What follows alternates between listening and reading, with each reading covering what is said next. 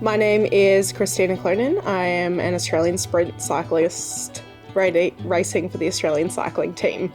And I'm Anna Meares, and I was an Australian sprint cyclist racing for the Australian Olympic team. Now I'm the chef de mission for Paris in 2024. And today, Kristina and I are going to ask each other some questions. You are up first. So, Anna, what was your best Olympic moment? That's really hard, because I can look at that as an athlete. Hard to go past my first Olympic experience and my first gold medal in Athens. London was pretty amazing, winning that gold against Victoria Pendleton on home turf. I think my best Olympic moment, though, was carrying the flag in Rio, walking into the Maracana Stadium with 110,000 people as they announced Australia, and then just being hit by a wall of noise was next level experience. Pretty cool. I'd have to say that's my favourite experience. I've got one for you. What are your immediate goals? Immediate goals is qualification to the Olympics. I think we need to qualify, gain experience, and from there put our best performance forward. How did the Games experience change between Athens 2004 and Rio 2016? Yeah, well, I was a rookie in Athens, so I was like majorly a deer in headlights. I was just like so excited by anything that I saw that was in the Olympics. Athens was where the Games started, so it was huge history. I remember we went in, and where we should have had our building block, they dug out a 2,000-year-old aqueduct, so they had to preserve, that site for, architectural reasons. But it was also the first Games post 9/11, so terrorism was a really big element. As a 20-year-old, that was really scary for me to go away from home with my first Olympic team.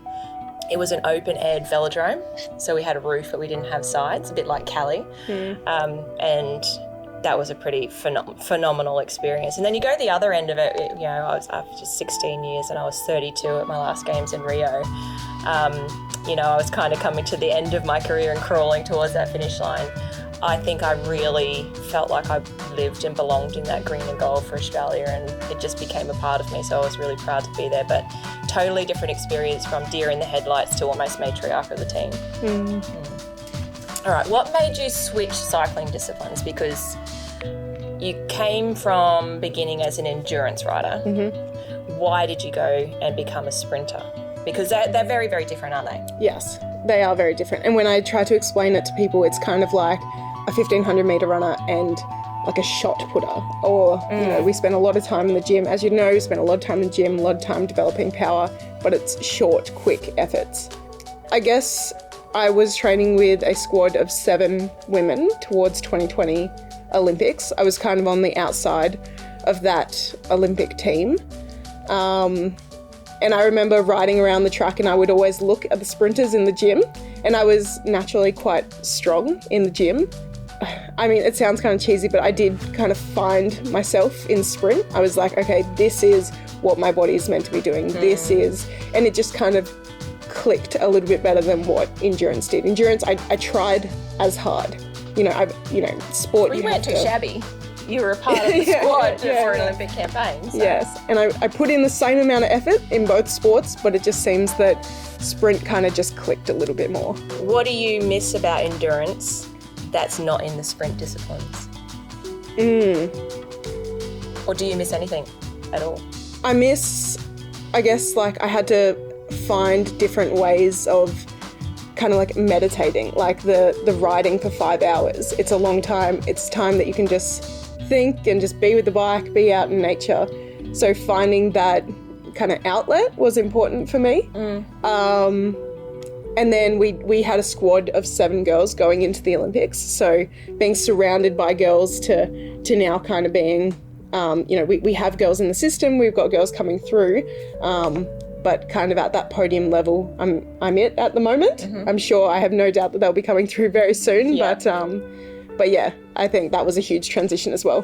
Yeah, it's interesting. 5 hours to 10 to 30 seconds. It's very, very different. So well done you on navigating that transition. Thank you. Yeah, very cool.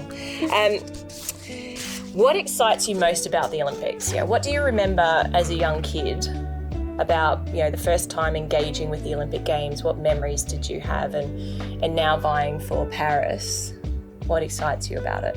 The Olympic Games it's just kind of in our country, and it's in our history, and it's something that we watch, and sport is so important to Australians. We watch it and we breathe it and we live it, and we live our lives through sport. It gives us a lot of hope, and it gives us something to follow and to be passionate about and express ourselves through our teams that we follow, but also for me as an athlete, to express myself on the stage. It gives me a voice as well. It's a dream, it's something that as an Australian kid growing up, it's something that you look at and you're like, okay, well, this is the potential, this is what I can become. And we've got great role models and great people in the sport who inspire that dream and give us hope throughout our whole lives, throughout anything. That's wonderful, thank you. I remember one of my first vivid memories of the Olympics was back in my day. TV shops had all their TVs in the windows, right? And Kieran Perkins in Atlanta, swimming in that final.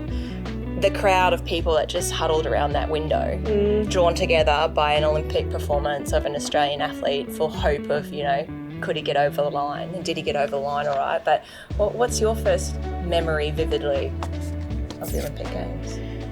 To be honest, it was probably your win against Victoria. Really? Yes, I think so. Oh my God, now I feel old. No. Well, it was the point in time where it's like there had been quite a lot of media leading up to it. And I'd watched the Olympics before that.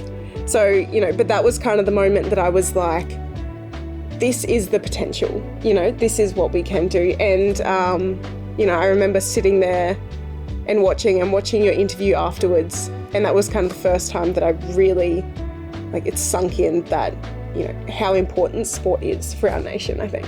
That's very cool. Very cool. Thanks. No worries. I have a question for you. Looking back now, is there anything you would have done differently? Oh, hindsight is a beautiful thing at times, but it's also cruel.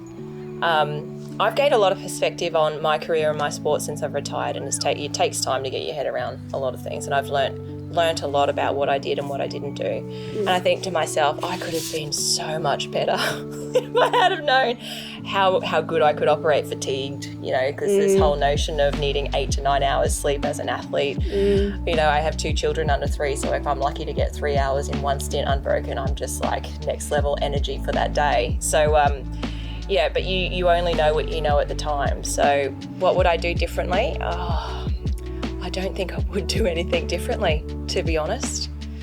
I could go back and change the things that I could have done better and maybe try to get a better result. But if I didn't have those losses and those challenges, I wouldn't have learnt something to come back and be better and stronger by the time I got to Pendleton in that gold medal final. So the best question I've actually ever been asked is, what's your greatest failure?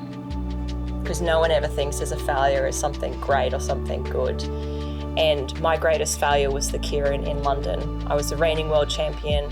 I got too cocky. I had too big an ego. I made a move way too early for the gear I was riding, and I got 5th. And that hurt a lot. And I learnt so much about myself in that moment, and I don't talk about it very often because it hurts so much, but it was so prevalent to how I was able to be resilient and turn around and walk back in that environment for the sprint the next day and turn that result around. So there's a lot more to that gold medal in London and that sprint final against Pendleton than meets the eye because of that Kieran result beforehand. That's probably the one thing I would probably change, but at the same time I wouldn't. How does competing at the Olympic Games differ from other global events? For sports at an Olympic level of competition, there's nothing bigger.